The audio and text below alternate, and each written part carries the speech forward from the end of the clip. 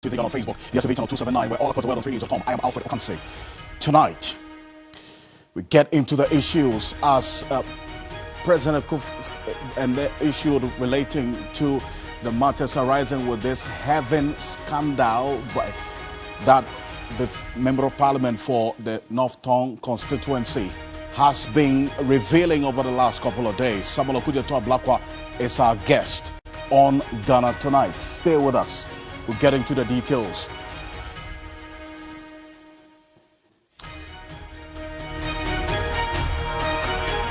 Also tonight, there appears to be a storm brewing within the quarters of the governing New Patriotic Party as key stalwarts in the persons of Chairman Wontumi and Kennedy Ohene-Japong are at each other's throats. We'll delve into this issue, which is unsettling a number of the NPP enthusiasts and how it affects their chances going into election 2024. Stay with us here on Ghana Tonight. And also Francis Dapaah has been talking about this. You hear him, the lead suspect in the case in which money and items worth millions of cedis were stolen from the residence of former Minister for Sanitation and Water Resources, Cecilia Dapaah, and her husband, Daniel Sekufo, has been denied bail by an Accra Circuit Court.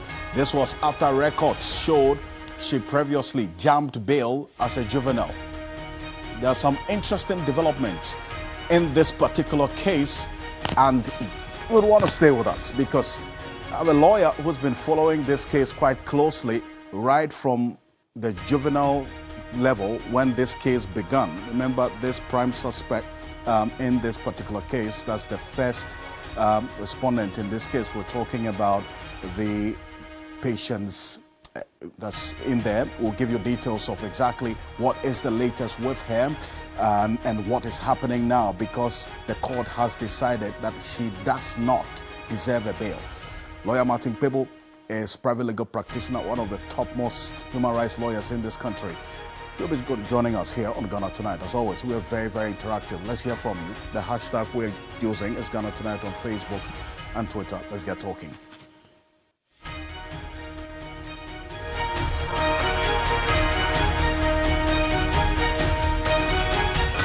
Let's settle for Ghana Briefs.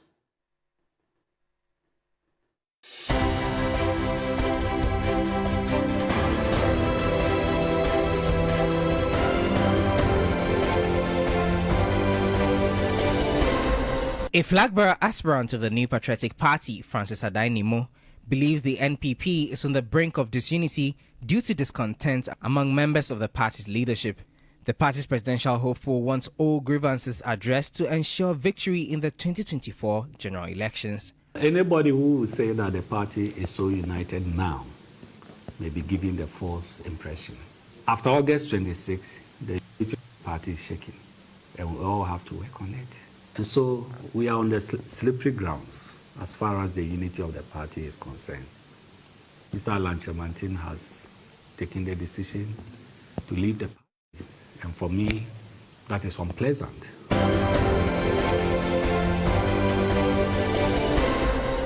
A day after the minority in Parliament led a protest to remove the governor of the Bank of Ghana, a former governor and finance minister, Dr. Kwabena Duffuor, is requesting Parliament's leadership to address the central bank's current crisis. Speaking exclusively to TV3, Dr. Duffuor stated that the House has the power to address the challenges while maintaining the sanctity of the central bank.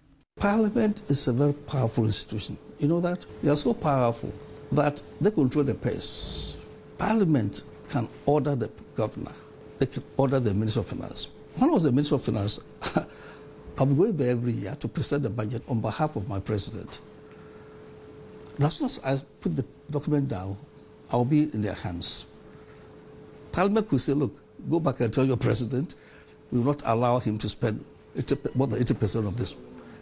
They have the power to say so.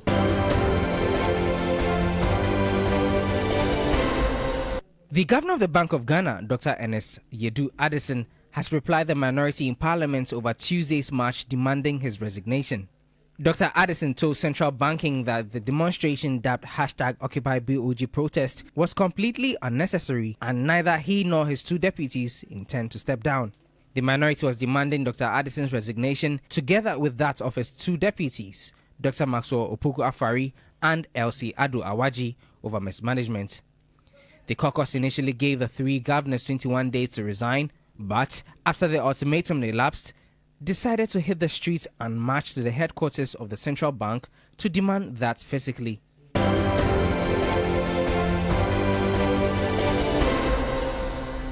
Dialysis patients who pay the unapproved fees will receive free treatment on their next visit.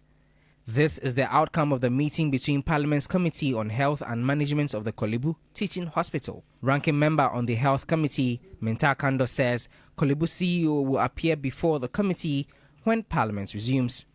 We have agreed that, yes, they agree with me that it was illegal because it has not come to Parliament, and as it is required by the Fees and Charges Act, you'd have to come to Parliament before you'll be able to charge such a fee.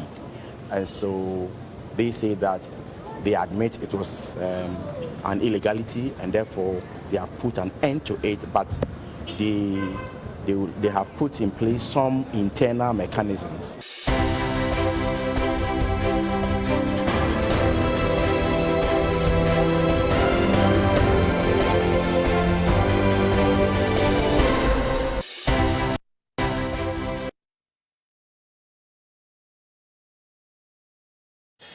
Well, there's more news on 3news.com. This is Ghana Tonight. And before we get into the issues of the Heaven Way contract that the Member of Parliament for the North Tongue constituency, Samuel Okujeto Ablakwa, has been getting into and revealing over the last 2 days, the Governor of the Central Bank, Dr. Ernest Addison, has dismissed calls by the Opposition National Party Congress and the Minority Caucus in Parliament, plus some other protesters who hit the street yesterday asking him to resign. In fact, Dr. Addison, in an interview with international business website Central Banking, said he is not stepping down, despite the protests asking that he should step aside. He described the protests as unnecessary, completely unnecessary. Now, Dr. Addison also rejected the claims by the minority that he printed money to finance the lavish lifestyle of the ruling government. Samuel Okujeto Ablakwa is going to be joining us in a bit on this. According to him, the central bank governor, the BOG provided monetary financing during 2020 and 2022 to meet specific crises, which he says is legal under the central bank law. Now, take a look at this. These are portions of his responses to some of the questions that were posed to him during that interview. He says, quote, the minority in Parliament have many channels to channel their grievances in civilized societies, not through demonstrations on the streets as hooligans. Goes on to say that the impairment of the bank's holdings of debt, which led to the losses, was a conditionality for the IMF program. Nobody at the Bank of Ghana forgave any debt. This is a statement attributed to the governor of the central bank in that interview after that protest yesterday. Samuel Okujeto Ablakwa is Member of Parliament for the North Tongue constituency. Is joining us on Zoom. Ablakwa, good evening. Thank you very much for joining us on Ghana Tonight. Hello, Mr. Ablakwa, can you hear me? Hello? Yes, if you can put your video on and let's proceed with this. So there's been that specific response to the protest by the minority and some interest groups. Mr. Ablakwa, can you hear me? Hello? Okay. There's a little. Okay, great. Thank you for joining us. So, this is what the governor of the central bank is saying, that you had other channels of putting across your issues. No, we will rectify that. We will rectify the connection, unfortunately. and get back to Samuel Okudzeto Ablakwa. But let's get into the issues of the NPP while we rectify that connection with Samuel Okudzeto Ablakwa shortly. Now, coming up next here on Ghana Tonight, we go straight into the new Petoti party and matters arising because internal wranglings in the MPP continues to deepen as the Kennedy Japan's campaign team has hit back at the Ashanti Regional New Petoti Party chairman, Bernard Entry-Boesiako, popularly known as Chairman Wontumi, accusing him of embezzling public funds. Chairman Wontumi earlier dared to have the Asin Central lawmaker and the party's flag bearer hopeful, Kennedy Japan, arrested if he threatens him again. Now, let's backtrack. Take a look at what Kennedy Japan said during that showdown walk in the Ashanti region, daring Chairman Wontumi because he says he set up a number of media houses to hurl insults at elderly persons within the NPP. Take a look. I dare you to me to make a mistake, and you will see men in this country. Our Ghana, what radio station and television station, and what is team paying for them. So this was a there by Kennedy Japan. Then Bernard Entry-Boesiako earlier today addressed the press, indicating that he was going to cause the arrest of Kennedy Japan if he threatens him like what he did in the case of Ameswale. Take a look. And you show down any adeno and the manin trap. Sanya sa now threatening me biwa meme yacho. Aya futuo and amede mount because why ya sa Ahmad Sure and money ade swali as one no omuni wiase bio. So that's Entry-Boesiako there, the Ashanti Regional Chair of the MPP, replying Kennedy Japan.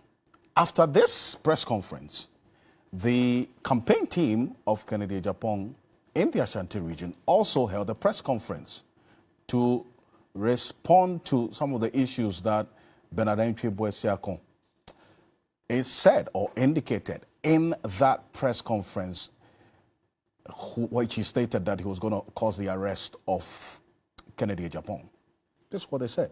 Take a look. We have on record that there was an agreement in the party, by the party, that the 1 million per constituency that was going to be disbursed, the party was supposed to have, the chairman received 20% of that amount purposely to do party business, specifically to deal with police station officers, constituency officers, and regional officers. We are, by this press conference, calling upon Chairman Wontumi to disclose the whereabouts of that money.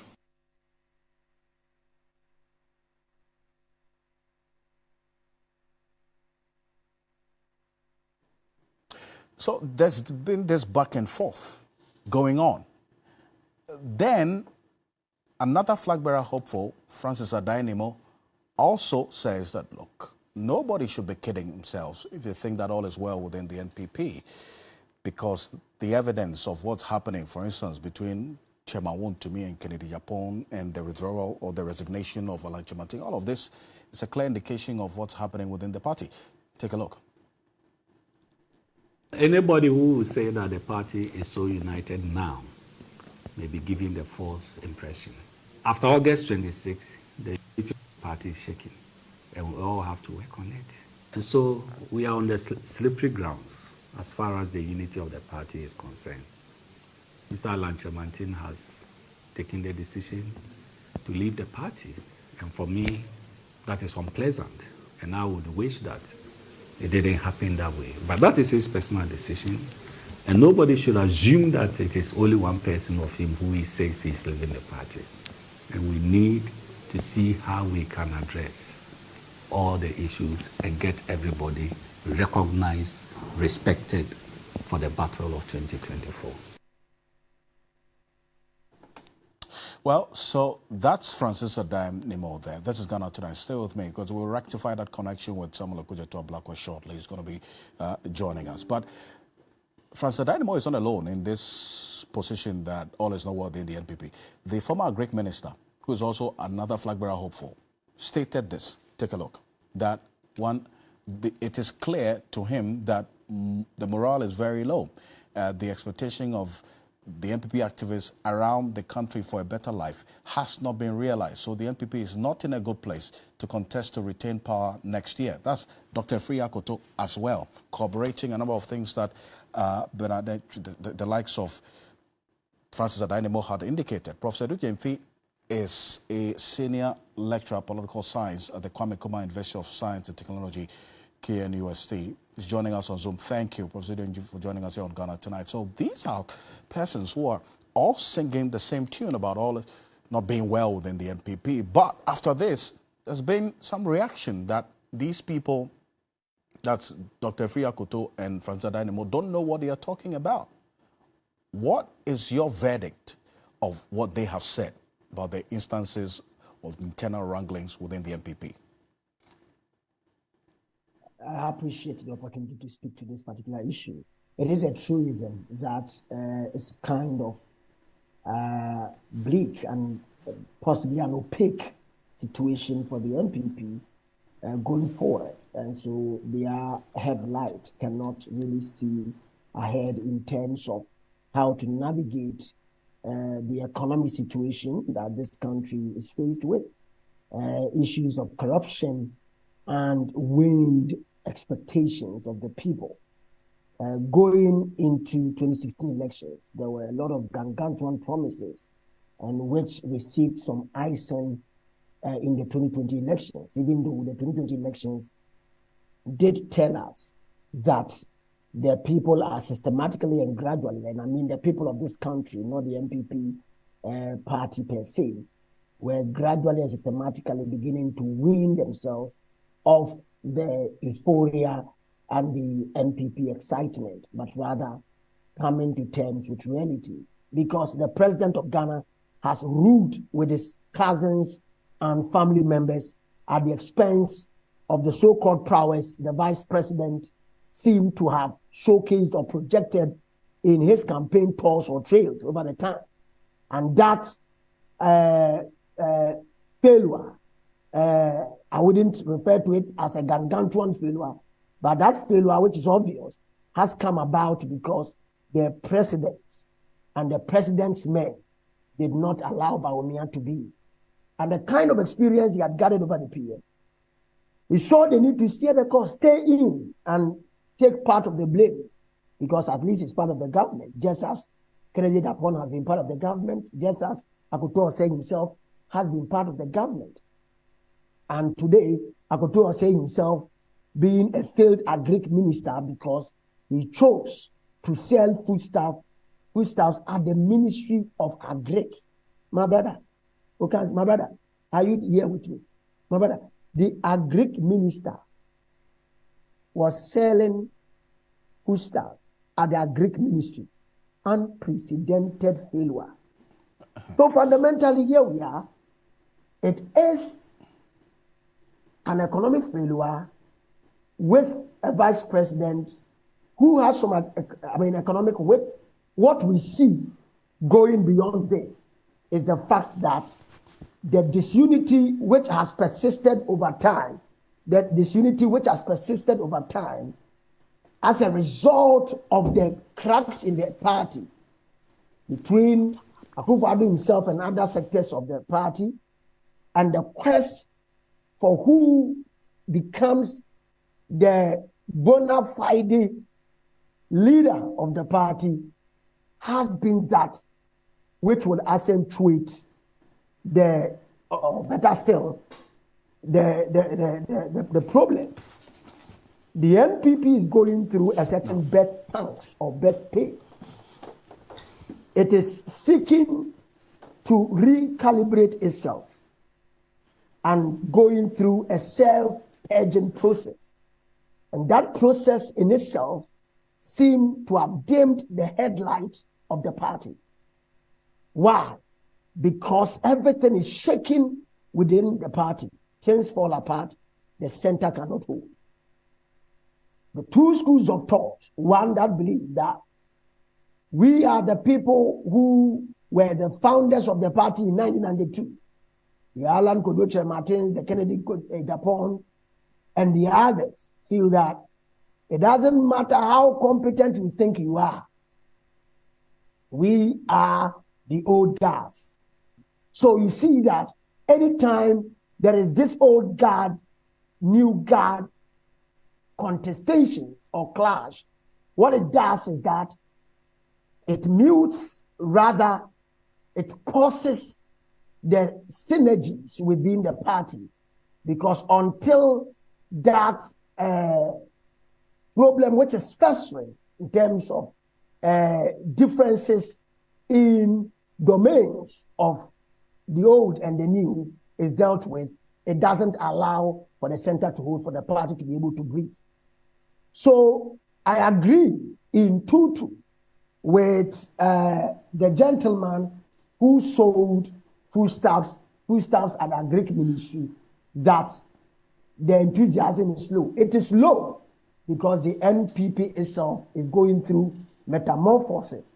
It is locked up in a cocoon, the cocoon of Asante Achim hegemony, the cocoon of divisiveness orchestrated by the president as a candidate Akufo-Addo at that time, a certain regime which is interested in holding on to power, and that is going to be manifested in that. These fights and balkanization is seen also between the Asante regional chairman of the MPP and Kennedy Dapaah. And the Kennedy Dapaah, and that's what things played out as we made reference to. Thank you so much, Professor Samuel Adudjemfi, for joining us here with your thoughts. He's a senior lecturer, political science, Kwame Nkrumah University of Science and Technology, KNUC. Thank you so much for joining us. This is Ghana Tonight. Coming up next, Member of Parliament for the North Tongue constituency, Samuel Ablakwa, has in his latest expose raised alarm over what he says is the sale of prime lands around the Kotoka International Airport to a private company under some shady, questionable circumstances, which we're going to be getting into shortly. This is Ghana Tonight. Let's get into it now. Samuel Ablakwa is joining us on Zoom. Thank you, Mr. Ablakwa, for joining us on Ghana Tonight. Pleasure. Great. Now, even before we get into your expose on this heavyweight company, the governor of the central bank has responded to your call for him to resign. This is what he said, and I'm going to read portions of his response in that interview. The minority in parliament, you have many channels to put across your grievances in civilized societies, not through demonstrations in the streets as hooligans. He goes on to say that the impairment of the bank's holdings of debt, which led to the losses, was a conditionality for the IMF program. Nobody at the Bank of Ghana forgave any debt. This is the Bank of Ghana's governor response to you, Mr. Ablakwa. These are very provocative words, very uncharitable, very discourteous, very condescending. And I'm struggling to believe that this is really quotes attributable to the governor. We will do our own checks. But if it turns out that he indeed uttered those words, it will confirm the continuous contempt that this governor has for Parliament, for the Ghanaian people, and for the laws of our country. This is a governor who has trampled upon all the laws that regulate his work at the Bank of Ghana. He has violated Section 30 of his act and printed as much as 77 billion Ghana cedis. And after printing 77 billion Ghana cedis and causing unprecedented inflation, which at the point stood at 54%, this governor still manages to make losses to the tune of 60.8 billion, a negative equity of 55 billion. He has depleted our reserves. And in the midst of all of this governor breaches the procurement laws of our country, starts a head office project, which he shouldn't have started at all in a period of crisis. This project he started in 2020, when the economy was on a slowdown, when there was COVID. They secured the land on the 12th of October 2020. So when anybody says that, look, we started this project long ago in good times, it is not true. They started in bad times. This governor should not have started this head office project and should not have continued with this project up to this point. And guess what? After breaching our procurement laws, bringing in dubious companies, some of them not registered in Ghana, rigging the procurement system to favor his crony buccaneer entrepreneurs, this governor flouted the PPA approval of $81 million. And as we speak, that project is in the region of $227 million. Can you believe that? I mean, the laws are clear. If you go beyond 15% variation, you must retender. This governor, if you add the controversial land acquisition, which is another scandal on its own, because it would come with compensation and it will come with paying those who had used that land for collateral for a loan they have gone to. If they did their due diligence, they shouldn't have gone for that particular land. The parties are in court, and there's a looming, we estimate that we are going to be paying not less than 400 million cedis. So this project is already exceeding $300 million. At a time, you have made unprecedented losses. And this governor has the effrontery, has the audacity to talk to members of parliament, the people's representatives in this well, he says that your demonstration, or their protest, in fact, was unnecessary, essentially. It is not for him to determine which democratic, constitutional route that citizens of this country adopt.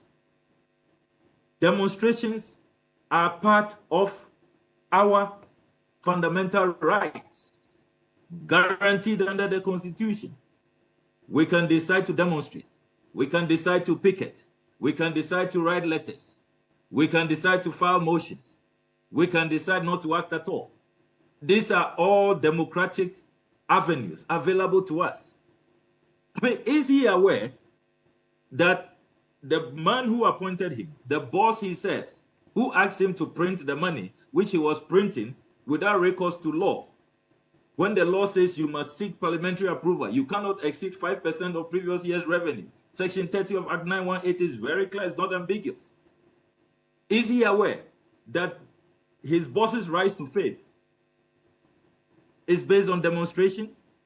Is he aware that his boss led Kome Prekum, Siemi Prekum, and all the Prekuns all over the country? And that is how he was seen as a fighter, a defender of rights, a voice for the voiceless. Today, he is calling people who are demonstrating hooligans. I mean, I really don't want to believe that those words, those insulting words, those derogatory words, those condescending words came from the governor of our central bank, a governor who has broken all laws. Elsewhere, he will be in jail long ago. He will be languishing in jail long ago. This governor is virtually insulting all of us who believe that demonstrations are important tools in the democratic toolkit to make a point. And he doesn't even realize, he doesn't recognize that he's also insulting his boss. He doesn't recognize that President Akufo-Addo, his rise to fame, how he became known in this country, was through the many demonstrations that he organized and led. Today, this governor is telling us that it's hooligans who engage in demonstrations. Unbelievable. I mean, and this is a public servant. Look at all the damning findings by auditors in the 2022 annual statement of the Bank of Ghana. The amount of money they spend on gold watches, the hundreds of millions of Ghana cedis they spend, 131 million Ghana cedis. They say they are spending on vehicle maintenance, over 30 million on so-called communications. Look at how much they spend on travels. It is our money, the people's money. And the people were out there on the street saying enough is enough because of your actions. This governor, more than 50,000 people have lost their jobs in the banking and financial sector. More than 50,000. I have mates who were bank managers, top managers in various financial institutions who are now Uber drivers. Some are at home. Over 50,000 people have lost their jobs because of the recklessness of this government. The World Bank is saying that about 850,000 people have been forced into the poverty zone because of this governor's decision. This governor's printing of money recklessly, 77 billion cedis, caused inflation, eroded the purchasing power of Ghanaians. Many businesses have had to fold up because of this governor's reckless monetary interventions. We have had many businesses leave this country. And this governor, after all of this, even has the courage to speak. And he will not even be contrite. He will not be apologetic. He will not plead with the Ghanaian people for forgiveness. He is insulting us that it is hooligans, uncivilized people who go on demonstrations.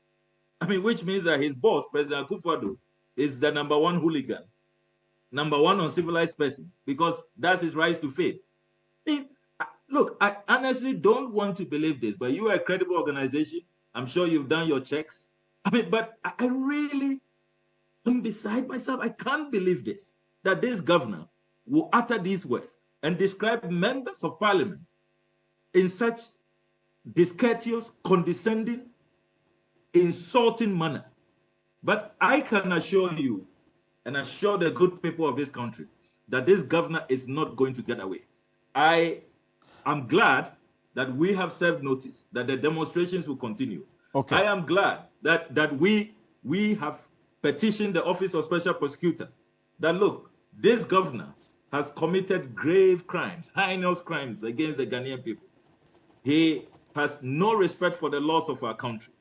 And he continues to show that even by his utterances. And I hope the Office of Special Prosecutor will be initiating investigation. Look, governors are not above the law.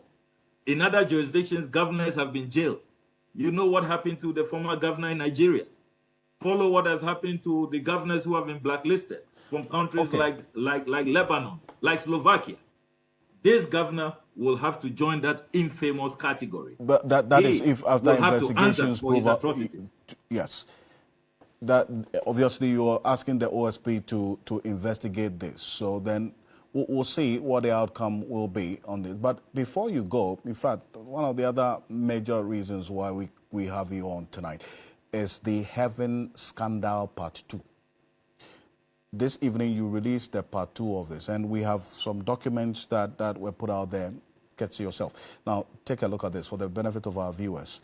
That quote, the issues that since the publication of the first one, Heaven Scandal, and the subsequent engagement on Twitter, this is what you put out there today, that the stated capital for Heaven Builders Limited, which has been made an offer of and allocation of prime airport lands valued in excess of $150 million, is a paltry 5,000 cedis. Correct? That the stated capital of this Heaven Builders Limited is 5,000 cedis? Yes, you are. And where did you get this information from?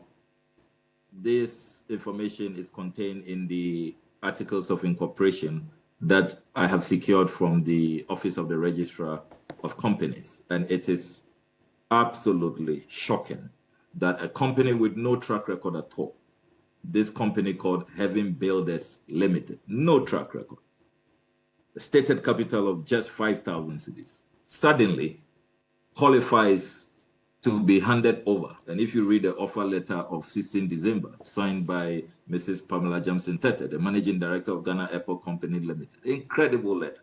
I mean, it's a total giveaway where this company is said to suddenly have the capacity to come do some road construction and provide some amenities that will be valued at $85 million, which qualifies them to own 38.14 acres of our land that has been kept for many decades. Because those lands were preserved, we were able to move from Terminal 1 to Terminal 2, and then Terminal 3. We've kept expanding the airport to make it an international airport, give it that status, which now makes it a very renowned airport that has won many, many awards. They are giving everything away, the remaining 93 acres. This deal, if it goes through, everything goes, and there will be really no room for expansion. And what is even more annoying is that this company has the effrontery to then make a counter offer that the 38 acres is not enough. They want 62 acres. I mean, unbelievable. I mean, already the whole concept, the policy, the philosophy is questionable. The Ghana Airport Company Limited does not need a middleman. It does not need a middle company, any interlocutor.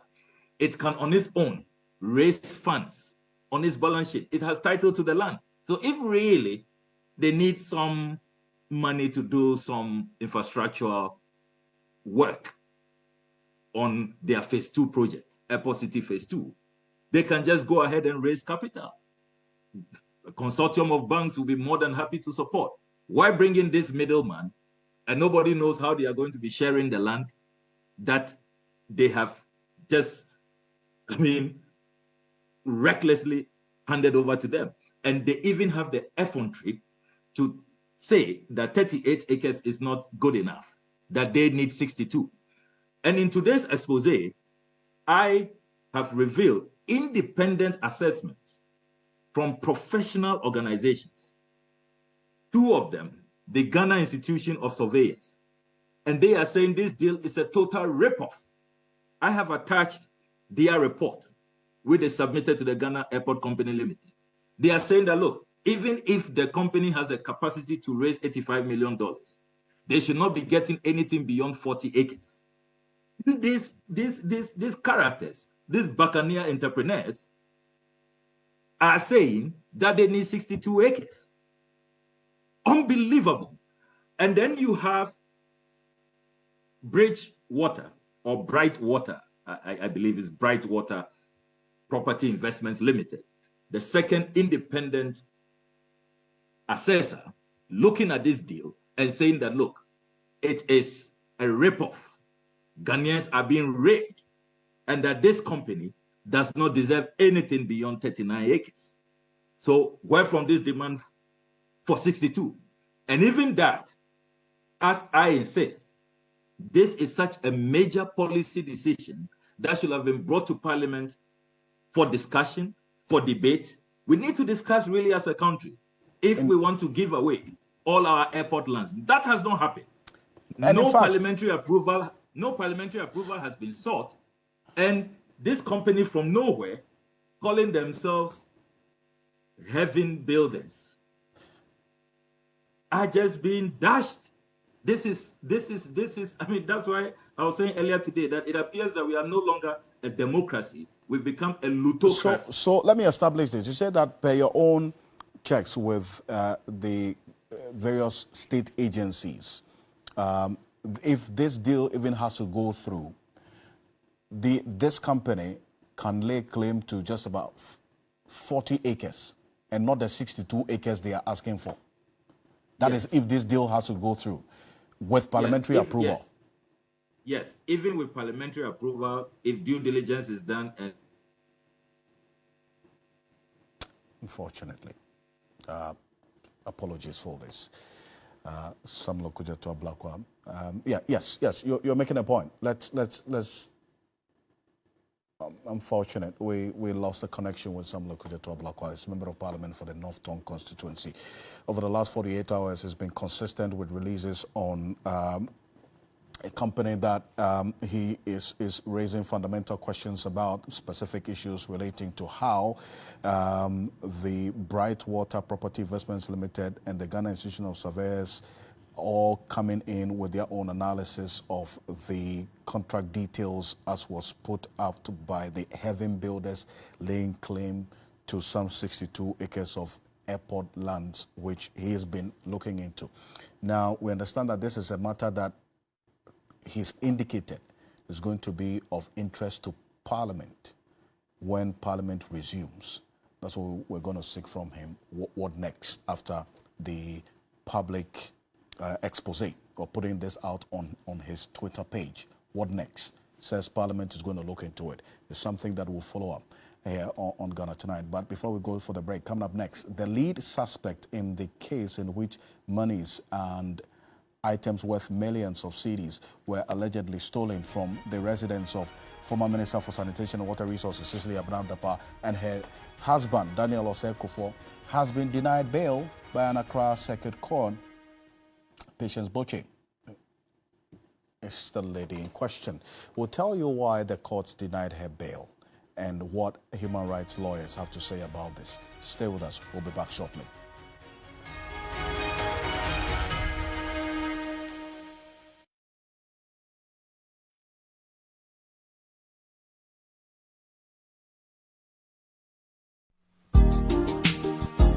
Auditioning. Media General Group is hereby inviting all interested persons who aspire to become news presenters for auditioning as follows. Date: Thursday, October 5, 2023. The time is 9 a.m. Venue is at the premises of Media General Ghana. Required competencies: excellent reading skills, fluent in English, excellent editing skills, outgoing, abreast with local and international developments, news gathering and reporting skills, good writing, communication and presentation skills, ability to think creatively and good research skills. Qualification: first degree in social sciences, communication or journalism and related disciplines. Master's degree is preferred. Ladies and gentlemen, we're going to demonstrate to you the superior properties of Flamingo paint as compared to other paint brands on the market. We take equal quantities of Flamingo paint and this ordinary paint. We then dilute them with water. And now, let the test begin.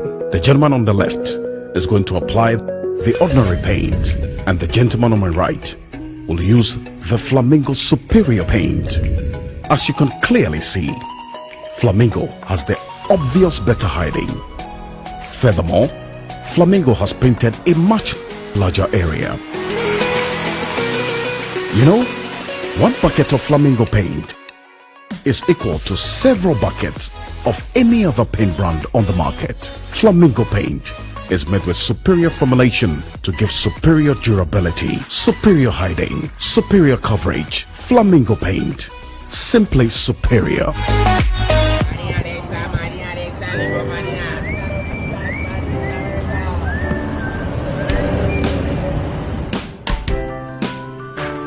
I want you so bad, Alfred Ocansey. I want you.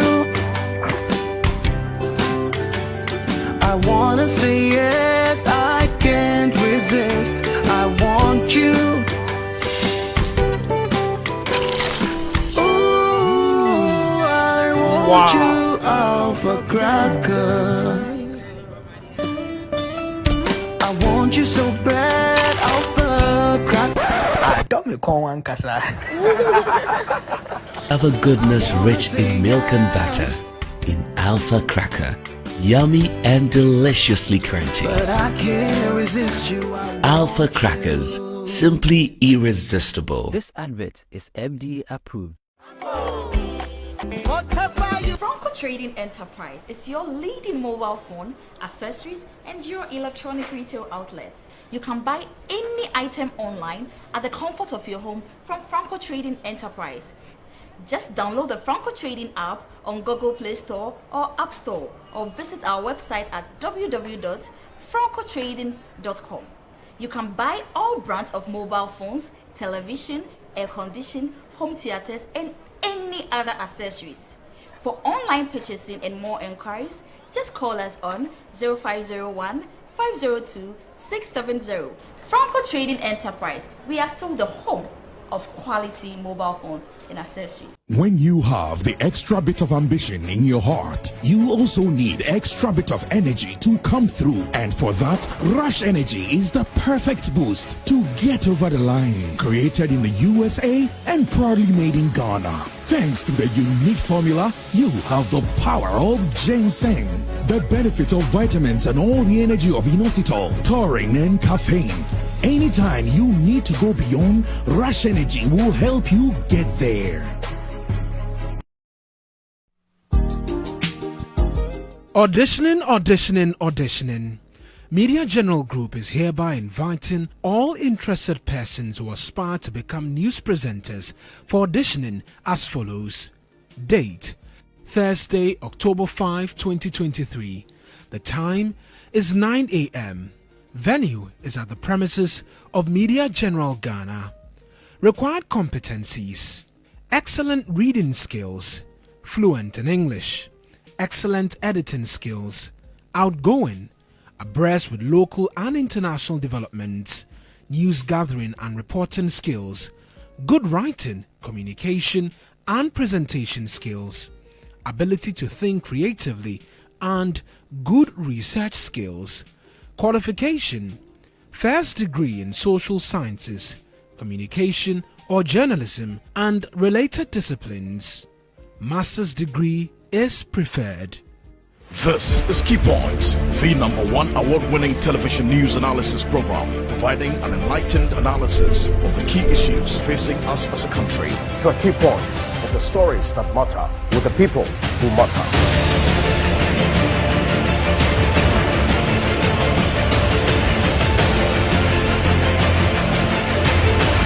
This is Key Points, the #1 award-winning television news analysis program. Every Saturday, 7 a.m. to 10 a.m. on TV3 and on Free FM 92.7. TV3, first in news. Mac Brown's Kitchen. Mac Brown's Kitchen. I read the same in Mac Brown's Kitchen every new season, new stations. Hey, Mac Brown's Kitchen, oh. What TV so I check. I knew who ya check. But the Yami and Chakrano. But TV3. Mimi Devia. 5 to 6 p.m. Nana Yabasha Mwati. Mininu Kunumi Mayabasha Sasako. Ghana Fodo. Hey, that's it. McBrown's Kitchen, premiering Saturday, October 7th at 5 p.m. on TV3.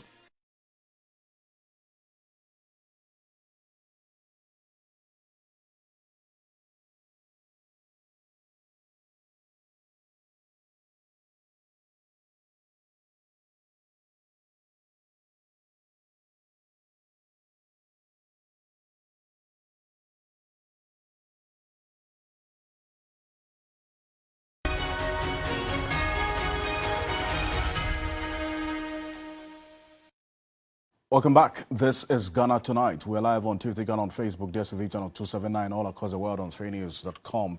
Before we get into the latest on this Cecilia Dapaah case with respect to the person standing trial, let's conclude in a minute with Samuel Okudeto Ablakwa. We lost him briefly before that quick break we went on.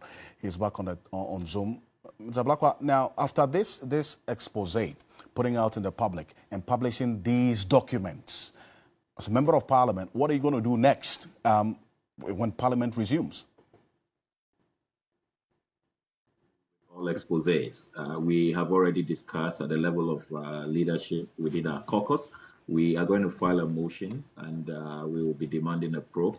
We'll be summoning all the persons involved, the transport minister, the managing director of the Ghana Airports Company Limited, all of these so-called Buccaneer entrepreneurs. All of them will have to come to Parliament and explain why they started off in the first place without parliamentary approval and why they kept all of these things away from Parliament and from the Ghanaian people, and why we are not getting value for money, and why the Ghana Airport Company is not, if really they need money, why they are not approaching the banks and they are engaging in these very shady transactions with companies that have no track record. So I can assure you that just as you saw National Cathedral, we have an inquiry that will be starting soon. You saw the Victor Kusibuatin matter is before Shraj. Shraj is investigating. We have won round one already. You've seen what we have done with Frontiers as well. We have filed a motion and there will be a probe soon on that. So as we do with every expose, be rest assured that it is not just about putting it out there and discussing it in the media. We will use the platform of Parliament to get into it, to make sure that, first of all, the deal is stopped, it is curtailed, and those who have to face the music do face the music. Okay. We'll definitely keep an eye on this one and see how things play out in the coming days and weeks. Thank you for joining us. Always a pleasure. And Samuel Okudacho Ablakwa is Member of Parliament for the Northern constituency, been on a path of exposés on this heaven builders and the matters arising. Now, coming up next, the lead suspect in the case in which monies and items worth millions of cedis were allegedly stolen from the residence of former Minister of Sanitation and Water Resources, Cecilia Dapaah, and her husband, Daniel Osei-Kuffour, has been denied bail by an Accra Circuit Court. Now, we're going to put videos of this some time ago when they appeared in court. Patience Boche, according to the juvenile court records, had previously jumped bail after being arraigned on similar charges. In fact, the record of proceedings from the juvenile court indicated that the accused flouted the juvenile court bail conditions and was not attending to court. It also indicated that even though a bench warrant was issued for her arrest, it was not executed until the case was struck out. That is according to the information that we have. And then these are the persons. That's Patience Boche, her boyfriend, ex-boyfriend, and all the other persons in this Cecilia Dapaah case who have been arrested. They are the ones there you see on the screen. This is Ghana Tonight. Now, lawyer Martin Kpebu is private legal practitioner and one of the foremost human rights lawyers we have in this country. Thank you so much, Martin Kpebu, for joining us here on Ghana Tonight. So this is the conclusion of the Circuit Court today, that they cannot grant Patience Boche, the first accused in this Cecilia Dapaah case, because she flouted the bail conditions and the bench warrant issued for her arrest when the case was at the juvenile court. Now, you've followed this case quite closely, right from the juvenile court to how things are playing out now. What's your take on this particular decision today? Okay, so, Mr. Ocansey, what we'll do is that we'll give a general indication of the position of the law, but this will not be taken as an analysis of the decision of the judge based on the report that you have, and I've seen it in other media. We can discuss the law that regulates that area.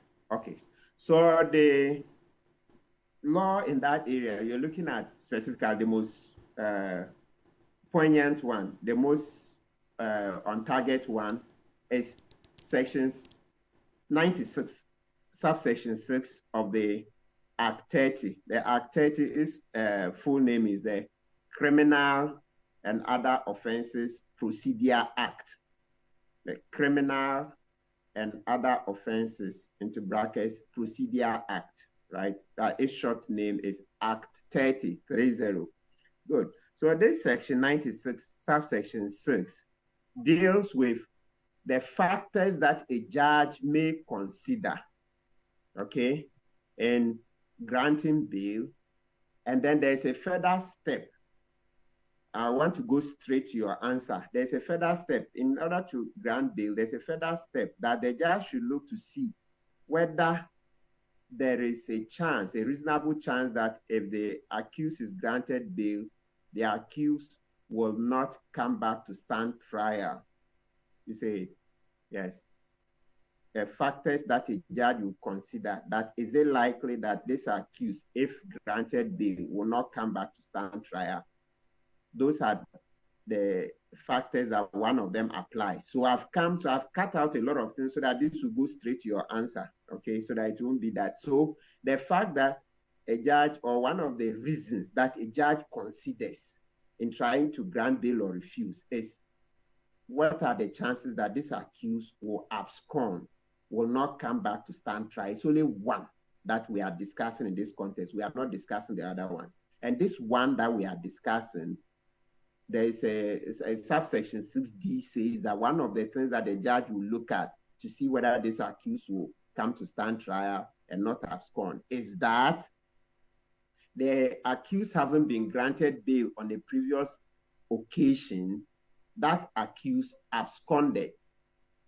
The accused having been granted bail on a previous occasion, that accused absconded. So if there is that history, then it is only one out of about 5 factors that the court will consider, right?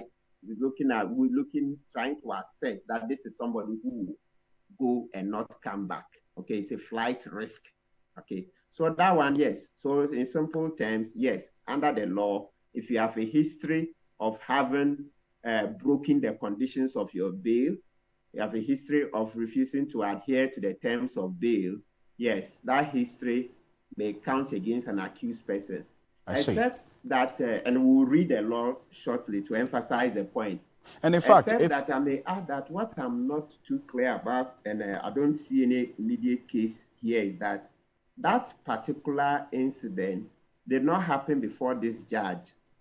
You say it. So that's where I have difficulty. But once again, as I said, we've also not seen the ruling, so we can't go too far. But that is something we should think about critically. When we get the ruling, we can assess to see whether all the facts surrounding the circumstances in which that person absconded in the juvenile court were put before the court, and then we can look at it because it wasn't before this particular judge. So we don't have clarity how much of the facts from the juvenile court were brought before this particular judge. Lawyer, appreciate your time on this, and then also the specific issues that you raise about the full details of this judgment, which is fair.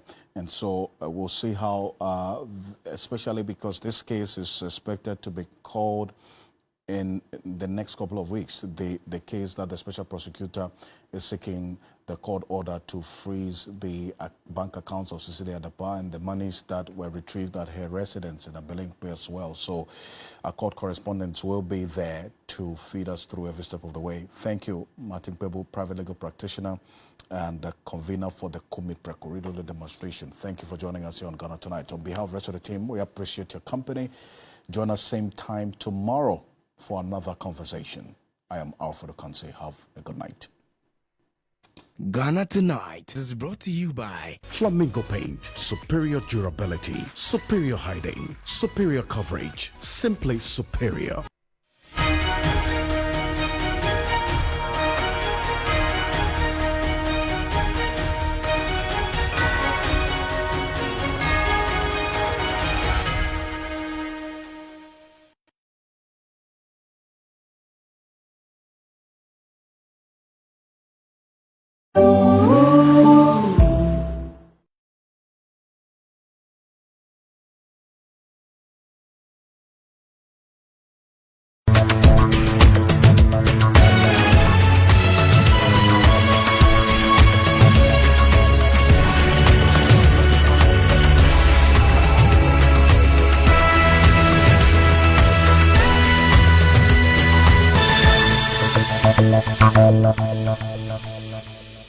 This program is rated PG. It contains scenes of brief nudity, mild violence, and strong language. Parental guidance is advised. Brought to you by MTN DES Shower Gel.